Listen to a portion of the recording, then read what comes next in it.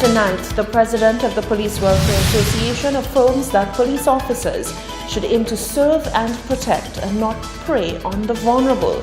Chico made the statements addressing the recent conviction of a police officer in regard to sexual violation of a minor. The police dispel rumors of a brutal chopping at Marshall, and a decomposing body is found inside a dwelling house at Lapansi. The details are coming up. This is the Hot 7 Nightly News with Lovely and Amy Joseph. Good evening. Welcome to the Hot 7 Nightly News on Hot 7 TV, channel 117, also on www.caribbeanhotstv.com, being simulcast on Kiss FM radio, and of course on our mobile app. I'm Lovely St. Amy Joseph. Thank you for joining us. The Public Relations Department of the Royal St. Lucia Police Force is dispelling a hoax which has spread island-wide via social media. Details of a gruesome photo of a young woman who was allegedly brutally chopped to death indicated that the incident took place in the Marshall community. Police say this is not the case and that erroneous information of this sort should not be reported as it serves to damage the island's reputation. Rochelle Gonzalez begins our reporting. The rumor mill was in full service Friday morning with the rapid-fire dissemination of a gruesome photograph allegedly taken in St. Lucia.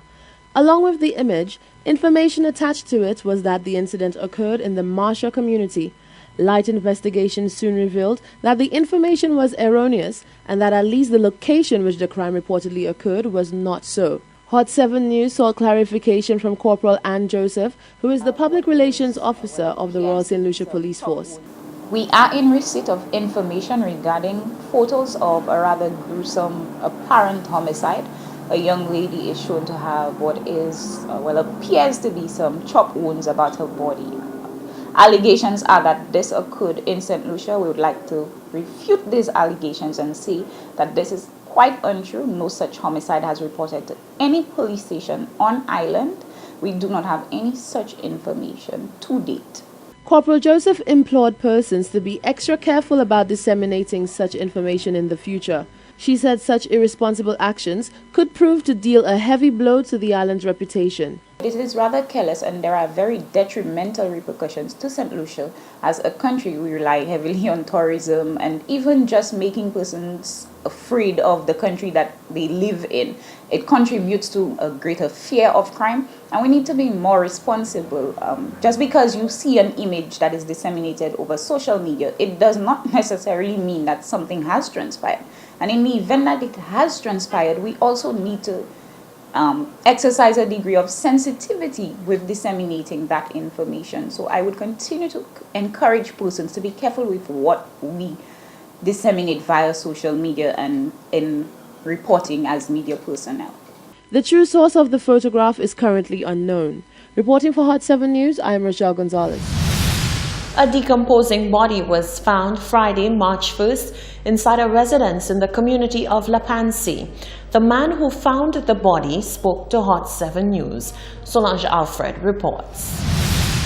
The body of a lifeless man was discovered in the mid-morning hours on March 1st in a residence in Lapansi. Hot 7 News was on the scene of the incident as the coroners took the body from the house and placed it into the back of their vehicle. The man who discovered the body spoke off camera. He indicated that he knew the deceased only by his alias, J. He explained to our cameras how the ghastly scene was discovered. Well, this morning, I had a friend down the road by Carol. And then he told me, let's go on the road. When I went on the road, I saw a white car and somebody waiting there. So I know a fella that's always sleep inside there. Another fella from always sleep inside there. I know his name is G. He always buy Kenty during his rum. Understand? So then now, I end up going inside there. And then I end up pushing the door.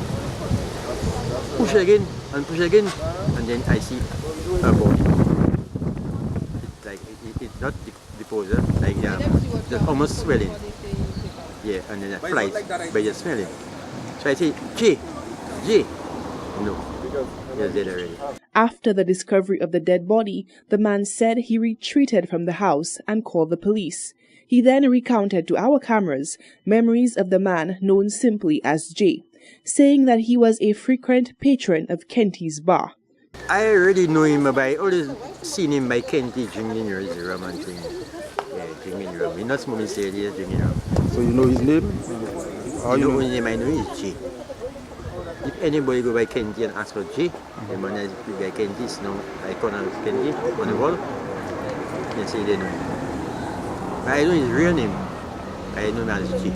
Anyone with information regarding the identity of the deceased man can contact the Royal St. Lucia Police Force. Reporting for Hot 7 News, I am Solaj Alfred. The president of the Police Welfare Association says police officers should aim to serve and protect, not prey on the vulnerable. Chico made the statements when addressing the recent conviction of a police officer in regards to sexual violation of a minor. Solange Alfred reports. Sexual-based offenses are considered extremely heinous. The offense is elevated when minors are the unfortunate victim of the crime. Reports have indicated that a former police officer has been convicted for an 11-year-old case involving a sexual offense perpetrated on a 6-year-old male minor. The officer has been remanded to the Bodily Correctional Facility and awaits sentencing in March. President of the Police Welfare Association, Travis Chico, says that the echo rings clear for police officers that they should always operate within the outline of the law. As it pertains to our police officers, there's always a caution that we always say to our police officers: as much as possible, we need to avoid or try to stay out of breaching the law. As police officers, we are not above the law, so we ought to operate within the framework. So we cannot at this point prove innocence or guilty because there is a verdict of guilty.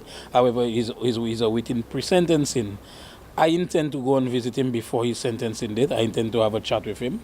He's still a member at this point in time, and the Welfare Association has anything will provide the necessaries in terms of seeing whether he can speak to a counselor, because it's a tough time at this point in time. Chico says that the nature of the offense sheds light on the important oath that a police officer takes to serve and protect, rather than being a predator to defenseless individuals. You look at some of the offenses, sometimes we really are not supposed to be chicken hawks or preys.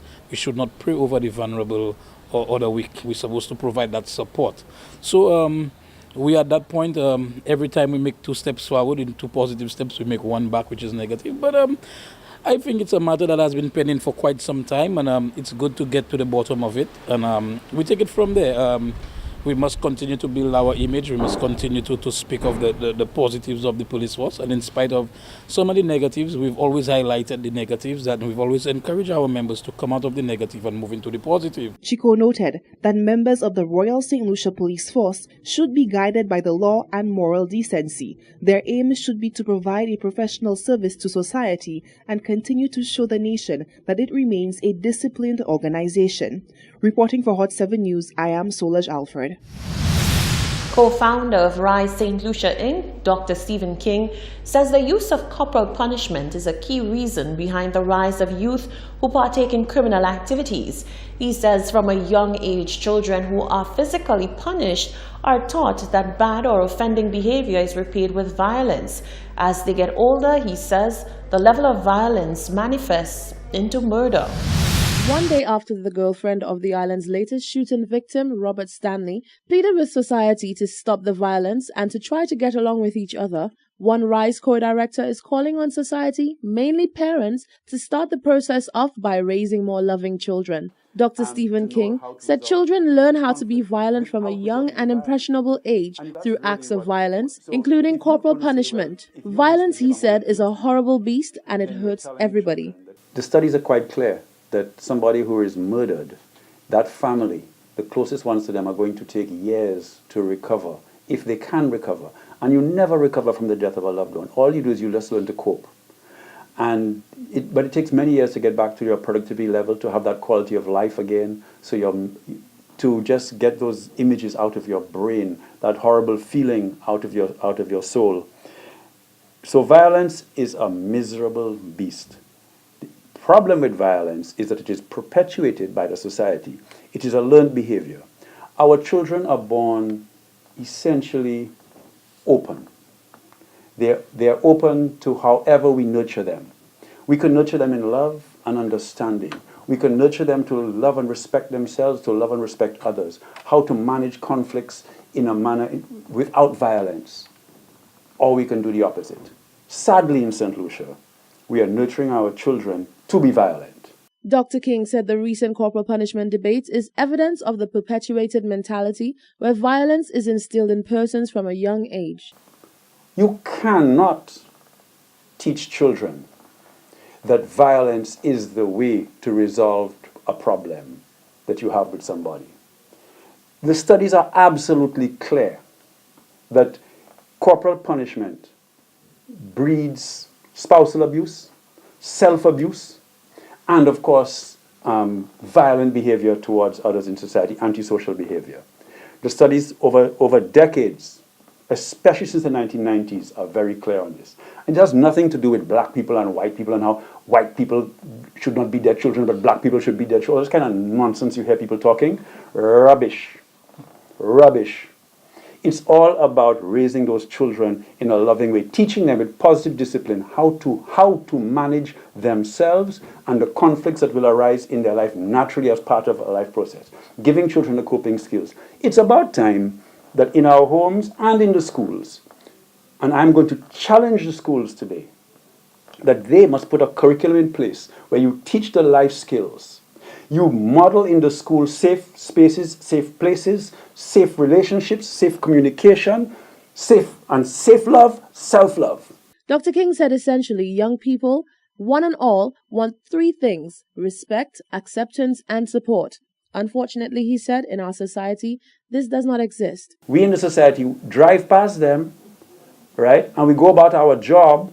And send the police back. And we send the police with the guns, or the city police who we're now going to arm, to put a gun against their head, to throw them down, to further disrespect them.